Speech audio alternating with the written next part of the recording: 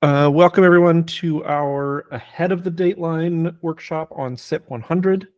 CIP-100 is trying to define a standard for governance metadata for kind of this new era of Voltaire on Cardano. We've already done 3 of these, one back in July, and then one last week. And we're kind of trying to narrow in on the final draft for this. The large gap there is because life gets busy, and the first one was actually in April. So yeah, life gets busy, but I want to kind of close this out so that people can get building tools. This is being recorded. It'll be uploaded to the Sundae YouTube channel afterwards.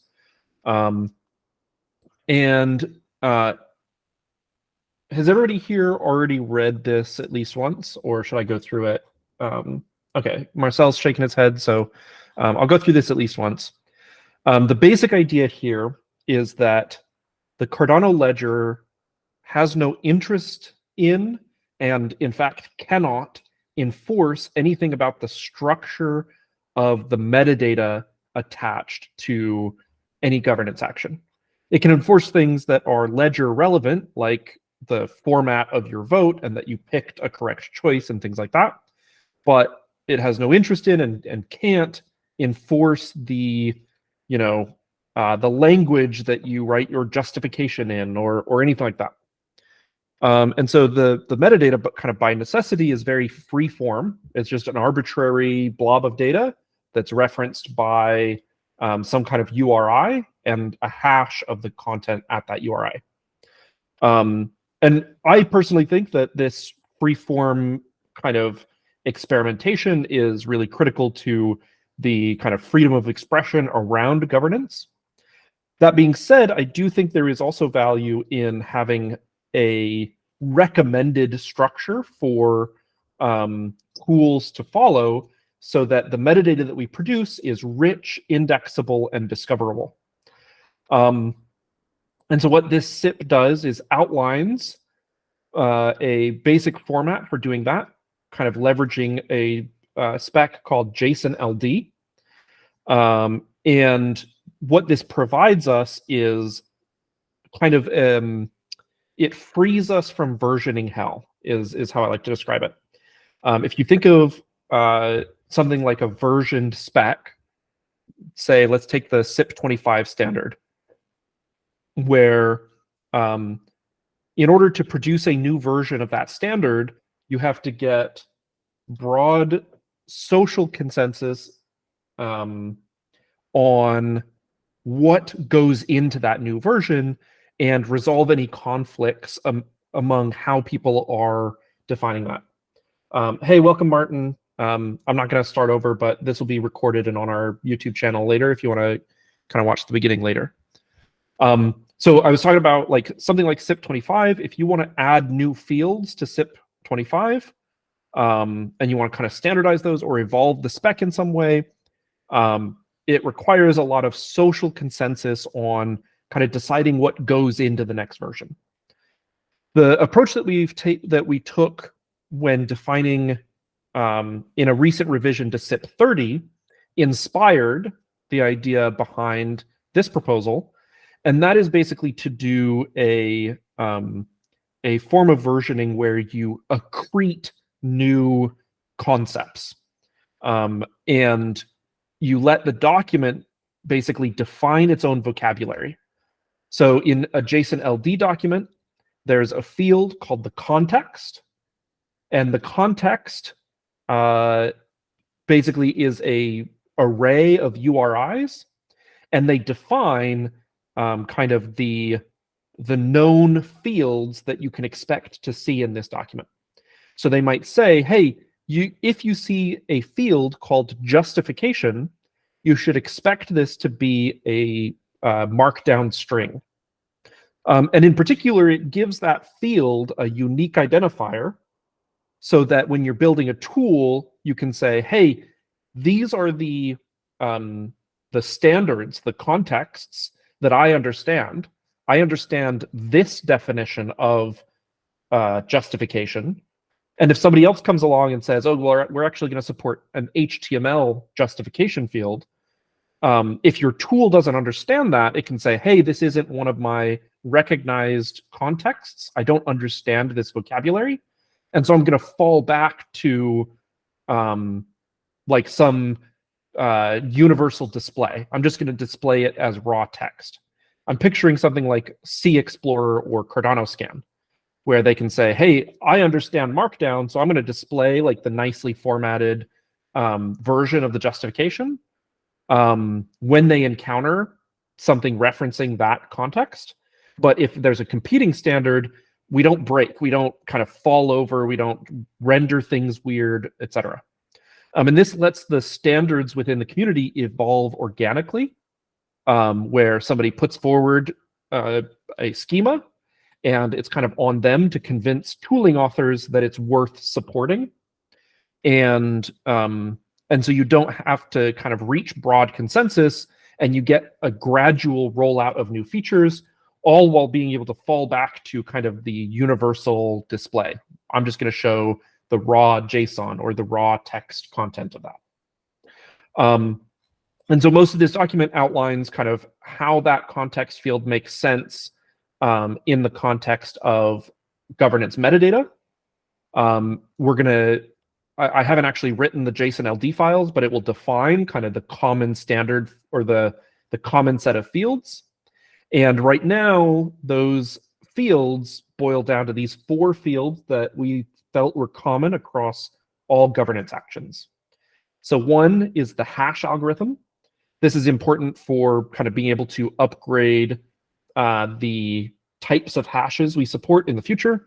And the idea here is when you find the anchor on chain to say, okay, here's the URI and here's a hash, there's technically nothing that tells you what type of hash that should be.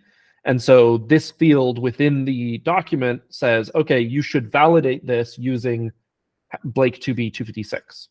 And then if we ever need to update this, there's a way for us to kind of gracefully update that.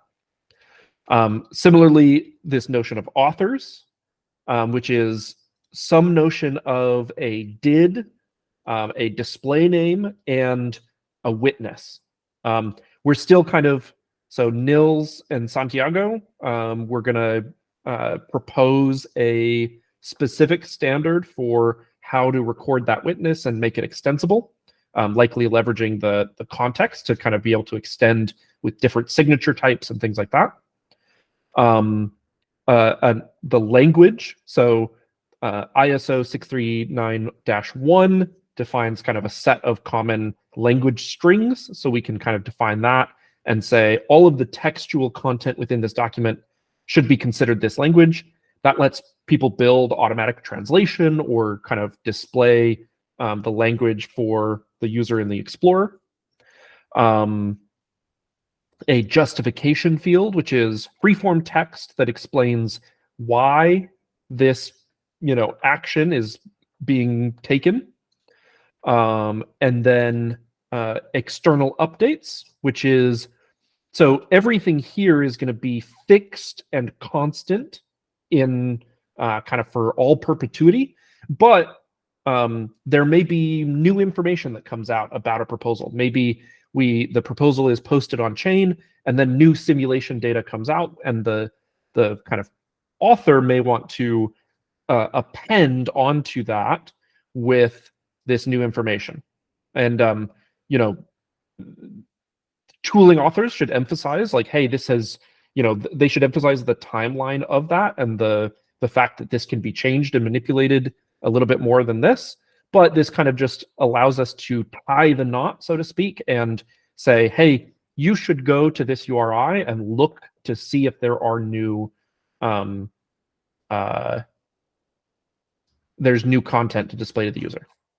And then we have a set of best practices down here for tooling authors, things like, hey, if you should validate the hash, and if it doesn't match, then you could show the raw content. Just make sure you emphasize to the user that it has changed since it was posted on chain. You can create rich displays from the data, but you should also always provide a way to access the raw underlying data for explorability. And so just kind of common best practice or some best practices there.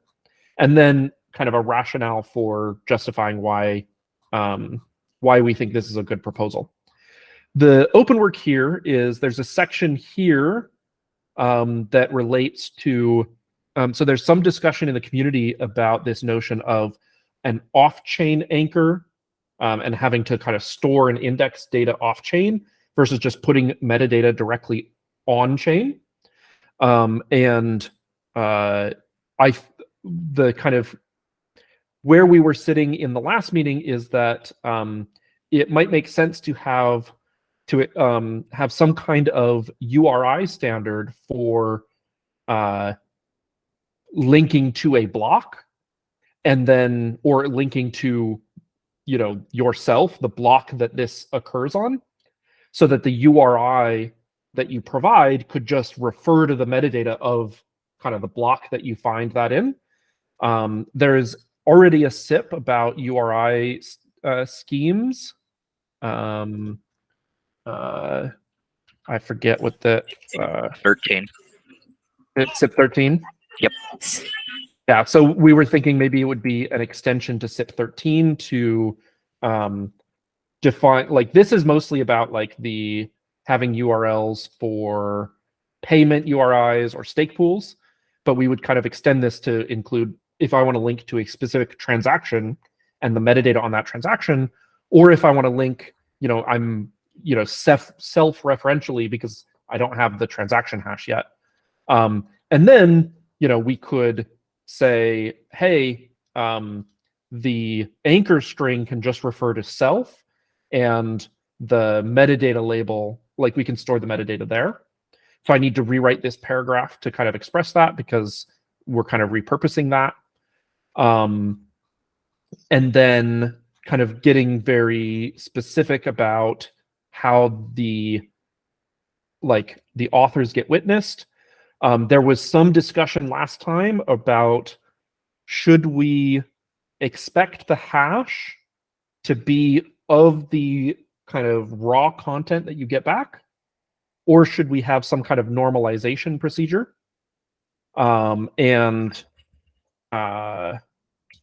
There's a standard for JSON-LD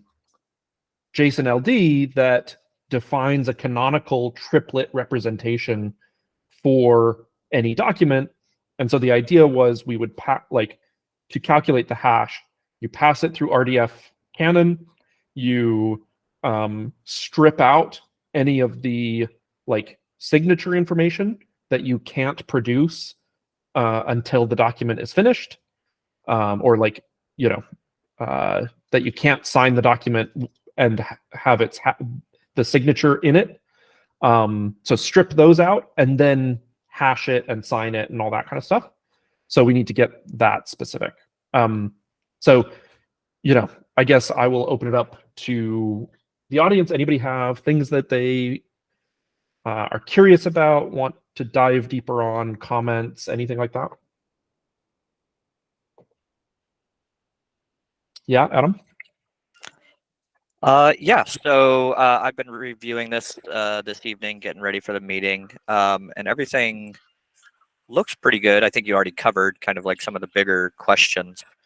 From my end, for how and my role being currently a CIP editor, I would like to see, excuse me, the individual action schemas actually move to separate CIPs so they can evolve independently of this framework. Yeah, that's something that we talked about last time of these things are, we're not going to include, they're mostly just in there as a comment so that we don't lose that history. But we did, what we discussed last time was we do think it makes sense to have at least some baseline, mostly, just as an example, so that future CIPs have something to work off. Like you have an example schema document to refer to, but also so that we're not waiting for yet another CIP to be written just to define these basic things. But like all of this stuff, yeah, absolutely, it's future CIPs. Yeah, all the action specific details, and probably what might make sense is like an actual governance vocabulary CIP that could hold context and give people a good reference point of kind of what at least community standard accepted contexts are. So we could have an actual like a governance vocabulary where we can add a new structure that could then be reused in various action specific models. So yeah, I guess the hashing is really the big question, because if the authors need to sign something and then the overall document needs to be signed, and I would imagine that in a lot of cases these documents are going to end up being larger than what we can justifiably fit on the blockchain, right, with our 16 kilobyte per transaction limit.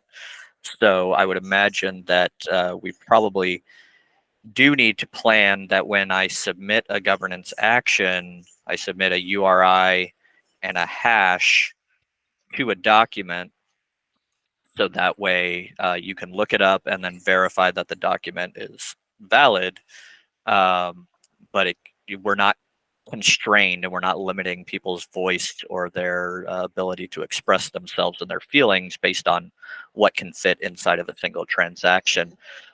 And I did notice that there was an augmentation section that seems like it needs to be fleshed out just a little bit more.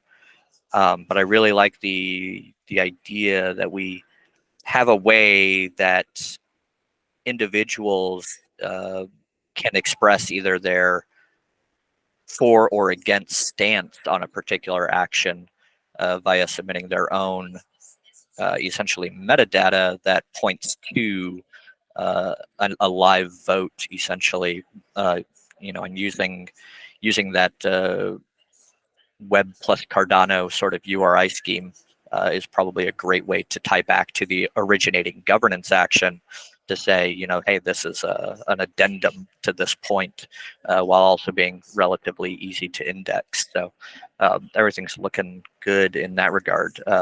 From what I can see, I'm really excited to move this forward, because we are getting to the point in SanchoNet and the testing where we really want to start seeing these things go on chain and let people start building the tools. Yeah, so just to kind of respond to a few points there. Also, welcome to the people who joined.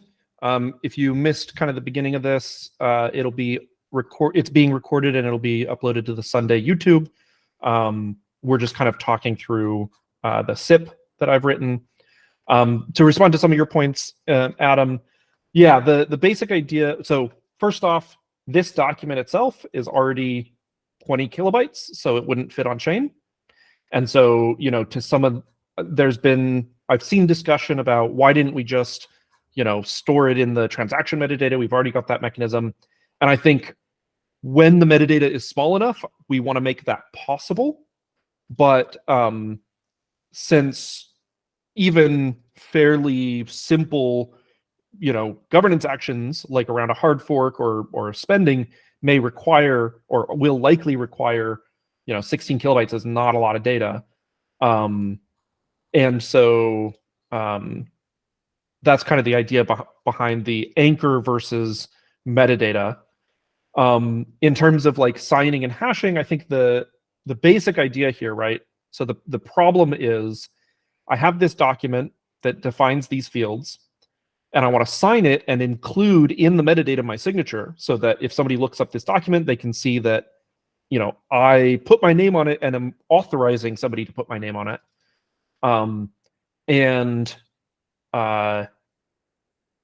If I need to hash this document in order to sign it, I can't put this in, right? And so that's where the canonical RDF canon would come in. Is, we'd say, hey, take the document, which could be in, arbitrary JSON. It could, the fields could be in any order, blah, blah, blah. Canonicalize it, which is a well-defined canonical standard for storing all of that data as a series of RDF triplets. and then there would be kind of defined fields to strip out, i.e. any of the signature fields and the hash field. You would hash it, that would become your hash, and then you could use that you could sign that hash and insert it back into this document. There's any kind of content addressable storage mechanism will have features like this, and so I think that's how we would address that. This augmentation idea, I need to kind of flesh it out. I think the consensus last time was it isn't quite defined enough, so it's holding up the CIP. And so I was going to move this into another CIP specifically. And what we would basically have just for now is, this idea that an anchor can like kind of extend CIP 13 so that I can refer to myself and just say, like make that a mechanism for attaching transaction metadata, like so you don't have to host it independently if your metadata is small enough. And so I need to kind of incorporate that into the draft, but it's captured here in kind of the to-dos and the comments.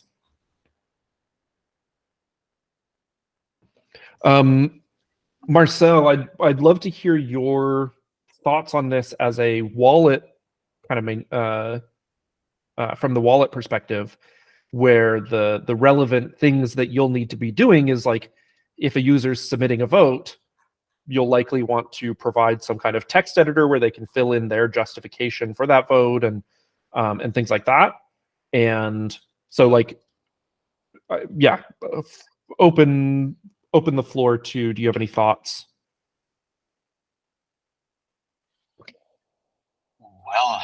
Well, actually not really. Didn't read the CIP in full yet.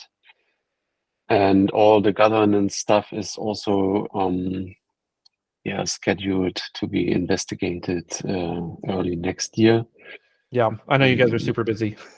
Yeah, so not really thought about those things, but I'm fairly certain that all this stuff is in good hands when it comes to defining specs, and we will just follow along. It makes totally sense to use the tools that you just described and how they are working. So would have been super nice to have those when we defined the stacking pool metadata stuff. Yeah, so I totally understand how it's working or should work, and the intentions behind it from what you just said. So I'm fine with what I heard so far. Okay, awesome. And yeah, I mean, really the whole idea of this like non-combative upgrades where different standards aren't directly competing with each other was really to make, Wallet and Explorer's jobs easier, because they can just, in the spare time that they have, adopt the standards that their users want to make most use of. And, you're not going to ever be in a situation where all of a sudden there's a new version and everything is broken, like with CIP-68. Yeah, all the assets and naming and fields and asset metadata and how they are retrieved and where they are located. And I've been there. Anybody else, Reese or Gan or Marion, any of you have thoughts? I know some of you joined late. Did you guys, just out of curiosity, did you guys get a chance to read the CIP ahead of time?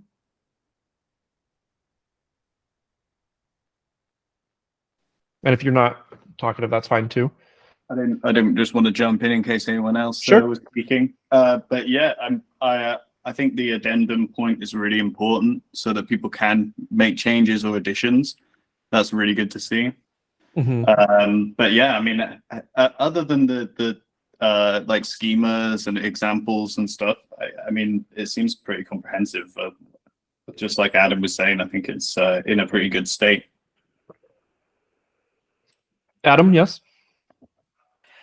Yeah, so I'm just thinking about this, particularly around how we hash and put this on the chain and validate it as a tooling builder. I think I would probably move, like language justification and external updates to like a body block that could be very easily hashed, and then everybody could sign it.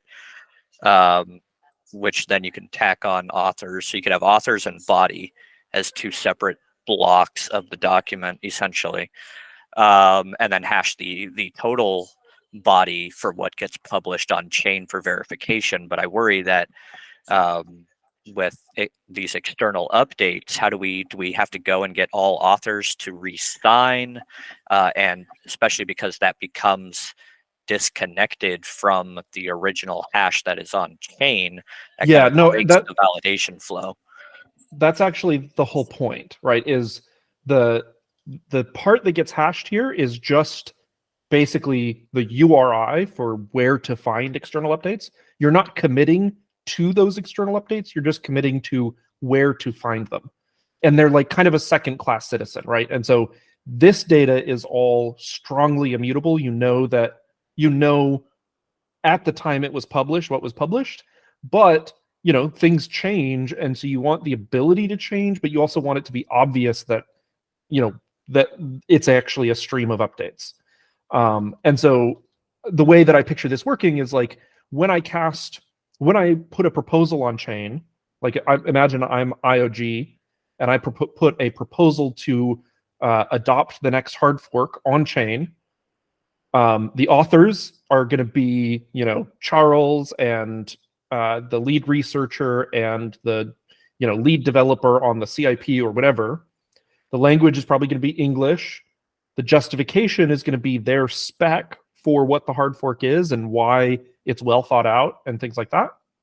And external updates might be a URL to the IOG blog or a dedicated, subdomain where they're going to publish updates about this particular hard fork.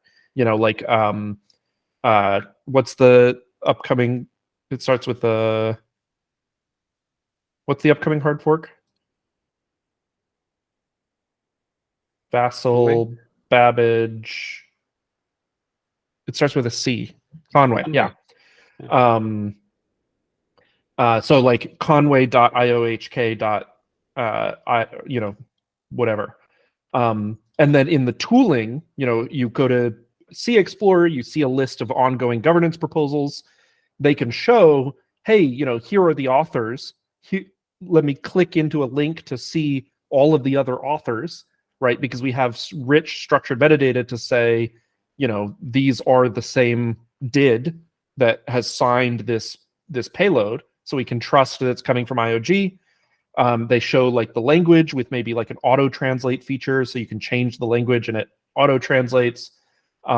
They show the justification, and then they like either probably just show a link to the external updates. Now the user may be curious and they can click on that and go read, but they know that this is going to be new and updated, whereas this is what it was on chain, right? And so now maybe IOG comes along and there's been a delay in implementing the hard fork, or we haven't reached an SPO's threshold, so they're actually recommending, hey, we actually don't recommend you vote for this. That's the new update. But we also know that none of this was historically changed to kind of like cover up some bug or something like that. So that's the idea there. And the hashing like is specifically not this is the equivalent of the stake pool extended metadata. Right. Okay. Yeah, I think that was my misunderstanding, was that the document itself would change so that external updates was like a running tally rather than just a URI pointing to a resource, which makes sense. And I guess I was just thinking of it in the classic trustless way of I don't trust my co-authors to not publish some manifesto or something on the external update. But I guess that's kind of what you get into when you are a co-signer of or co-sponsor of a governance action. if that is a worry, and if that's the case, then you just have 0 external updates, right? We're not going to change it. It is what it is. So yeah, that makes a lot of sense. Okay, yeah, so that makes more sense. So yeah, I think I would just encapsulate a 2-part body with that's a great idea. Authors and body, and that way you can hash the body. All the authors can sign the hash of the body. And then the hash that gets published on chain is essentially a verification that this file has not been altered after all of the signatures were put in place.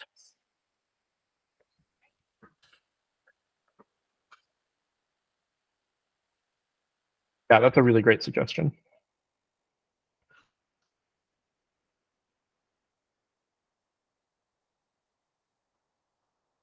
I'll kind of spend a minute.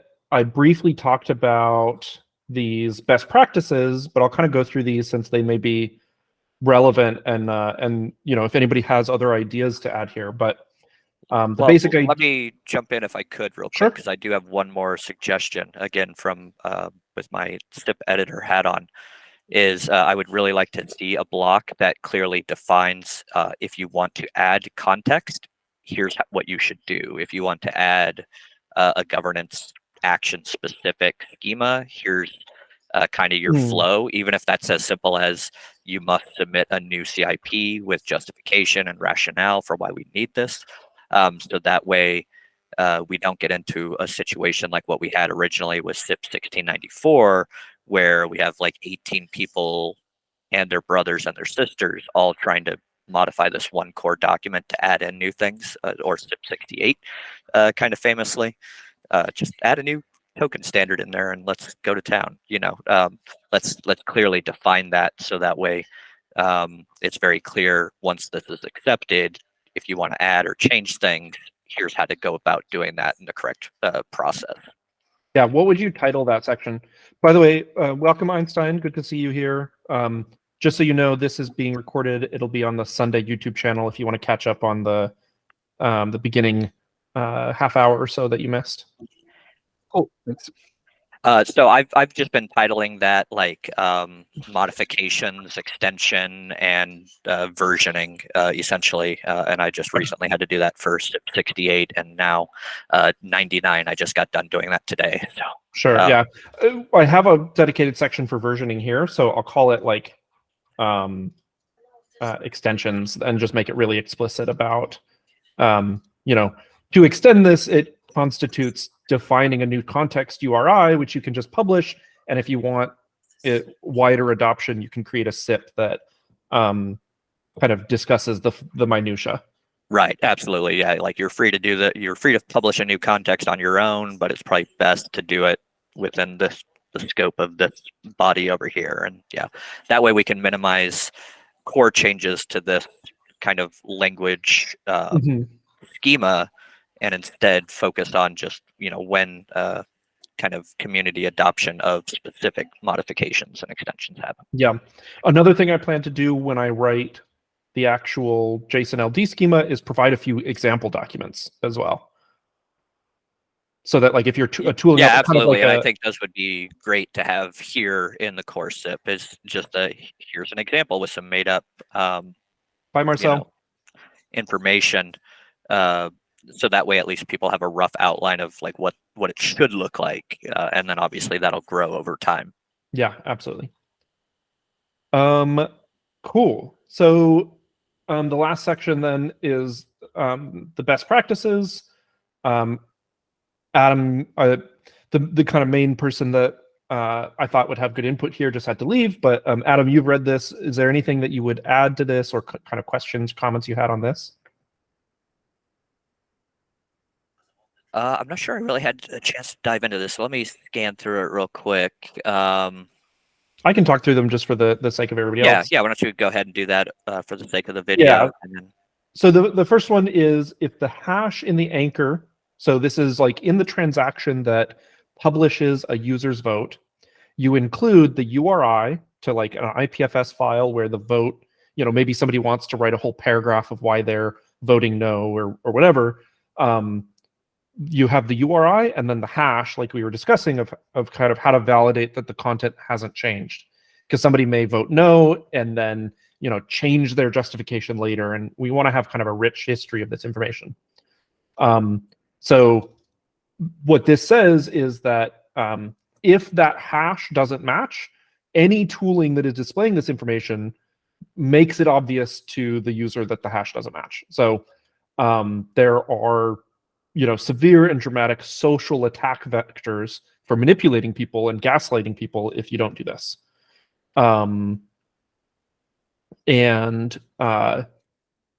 We, in the first kind of discussion we had, we debated about the word must, because like technically, according to RFC 2119, this wouldn't qualify as a must because it's best practices for the tooling author and it's not really related to the data. But we kind of just emphasize that this is really important. And you could still display the updated data, but you should like display a prominent warning. So Einstein in the chat says, could there be update hashes? I'm thinking of working on a data scraper, and I would like also to show valid updates to an anchor data. So one of the things that this CIP accounts for is that notion of like updating this, but just from a perspective of like what you initially publish, you shouldn't change that. The correct way to allow this to be updated would be to publish this and then have the external updates refer to okay, at this URL, you're going to find an array of things that may have been published at a later time. We also have this notion of like, if you want to publish immutable data, you can also publish transaction metadata that says, hey, this is an update to this document, but the original document should still remain unchanged. Yeah.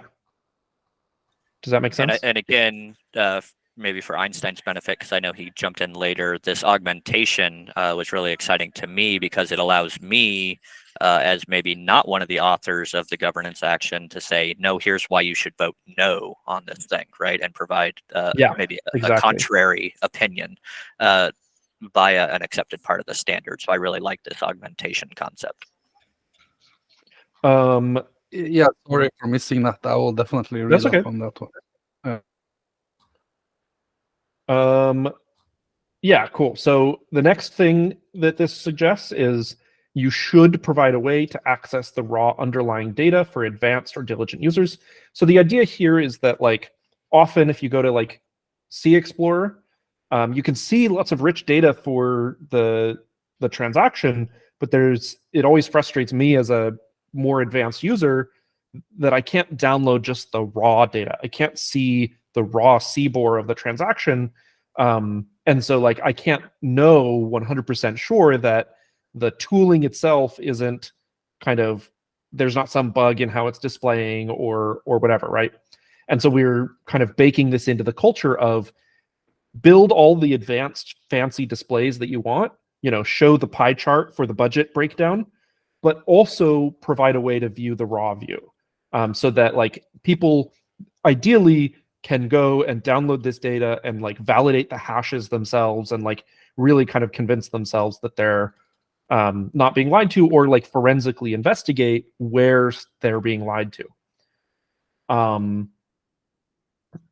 The next one is you should gracefully degrade to a simple raw content view if the metadata is malformed or not understood. So this would be like, if you encounter a context that you don't know, that you haven't built tooling support for, you shouldn't, panic, you shouldn't break, you shouldn't say, I'm going to hide this data.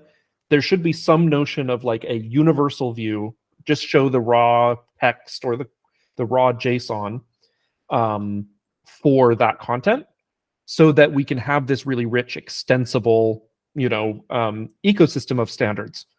Similarly, if, for example, it's just malformed JSON, right? Like you just get something that doesn't parse as JSON, you should still, make a best effort to show that content, and let people see the real state of what's there.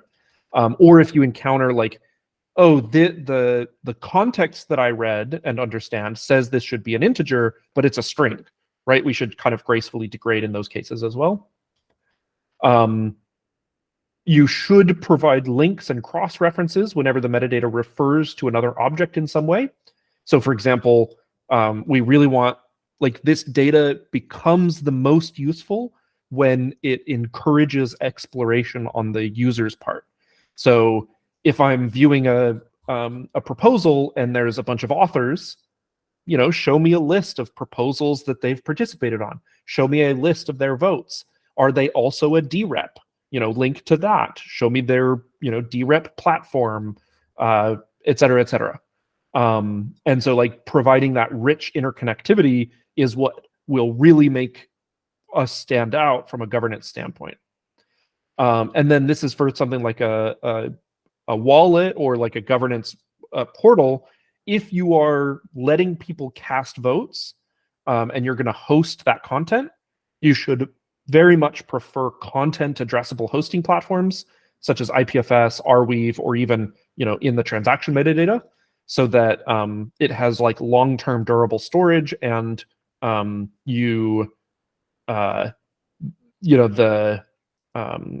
content can't change. Now, that's not always possible. Maybe you're self-hosting, blah, blah, blah, but this is kind of a strong recommendation. And if the content is self-hosted, this is like, if from the Cardano CLI, if you say, I'm going to publish this and here's, I provide the command line flag to 314pool.com / hard fork Conway / justification.json, basically we should try to detect that for well-known formats and say, hey, this isn't a recognized durable storage. Keep in mind that you're taking on the responsibility to host it yourself, and the content shouldn't change. Because I think in the first workshop I did, somebody ran the numbers and like 60% of all stake pool metadata is wrong because somebody changed it after they calculated the hash or something crazy like that. So this is build into the tools a reminder for people of the responsibility they're taking on if they are self-hosting.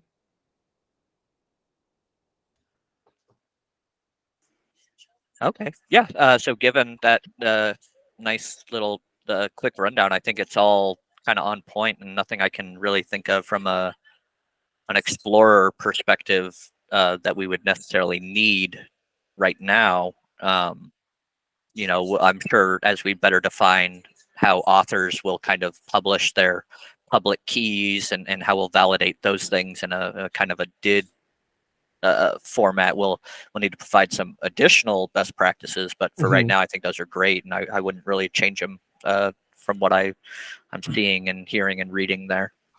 Okay, cool.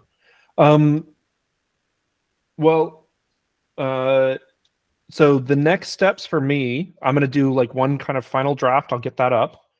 And then just so everybody knows, if I'm going to be building a Go language library for interacting with this, that's Intersect has basically sponsored some development on my part to finish out this CIP and to build out that tooling. So if you plan on building in Go, I will probably be building a library for you to use. I've also proposed to Intersect, I'd be happy to build a Rust one as well with a little bit more funding.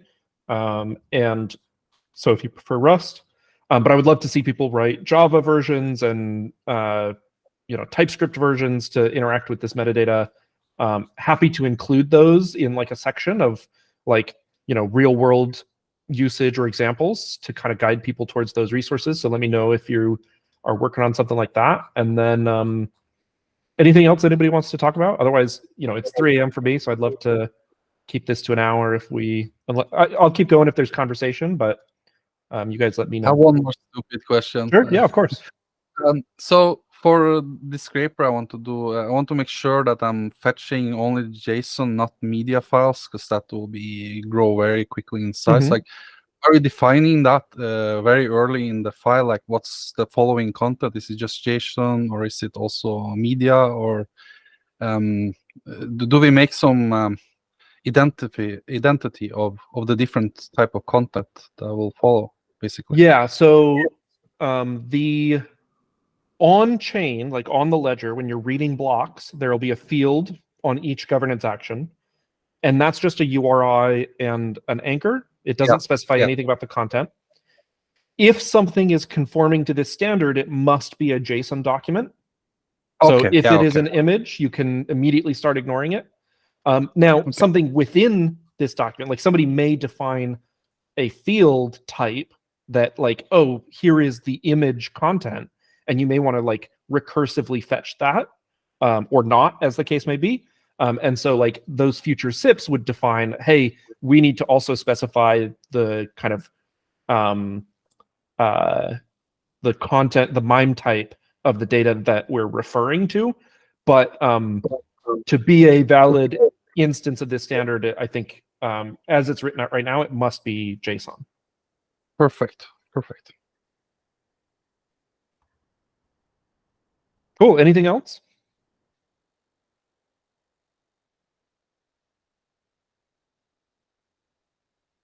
Awesome. Well, then I will go ahead and end the recording. Thanks everybody for coming.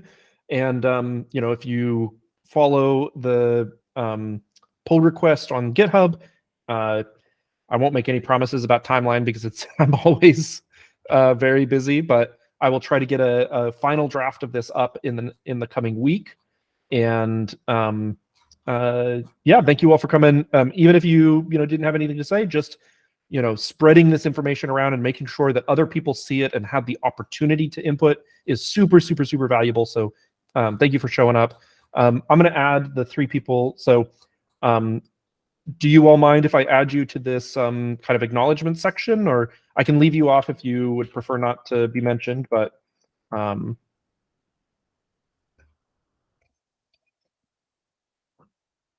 other than that, unless I see something in chat, I'm going to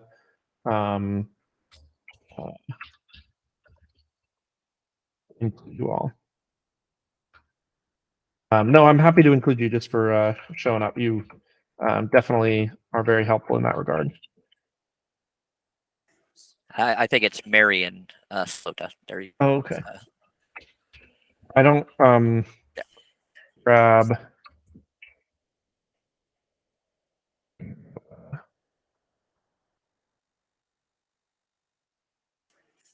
accent today. Awesome. Well, thank you all, and I'm going to go ahead and end the recording.